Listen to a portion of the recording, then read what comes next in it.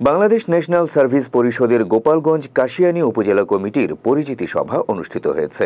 ৬ জুলাই শনিবার দুপুরে উপজেলা মুক্তিযোদ্ধা কমপ্লেক্স হলরুমে এই সভা অনুষ্ঠিত হয়।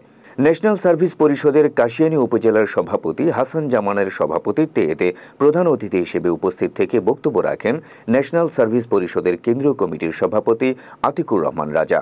স্মার্ট বাংলাদেশের সহযোগী যোদ্ধা হিসেবে কাজ করার আগ্রহ জানিয়ে প্রধান অতিথি আতিকুর রহমান রাজা ন্যাশনাল সার্ভিস কর্মীদের অবিলম্বে পুনরায় চাকরি বহাল রেখে স্থায়ীকরণ করার আহ্বান জানান।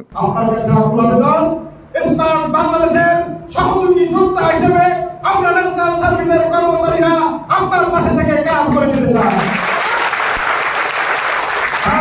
অবিলম্বে এই ন্যাশনাল সার্ভিস কর্মসূচি অবহেলিত বেকার কর্মীদের, অভিজ্ঞতা সম্পন্ন বেকার কর্মীদের পুনরায় চাকরি বহাল রেখে আমাদের স্থায়ীকরণের ঘোষণা করে আমাদেরকে স্মার্ট করার সুযোগ করে দেবেন।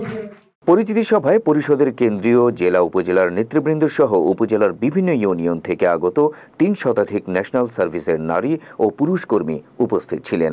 পরে উপজেলার সদর ইউনিয়নে মোহাম্মদ ফারুক হোসেন খানকে সভাপতি ও মোহাম্মদ জসিম উদ্দিনকে সাধারণ সম্পাদক করে ২১ সদস্য বিশিষ্ট কমিটি ঘোষণা করা হয়।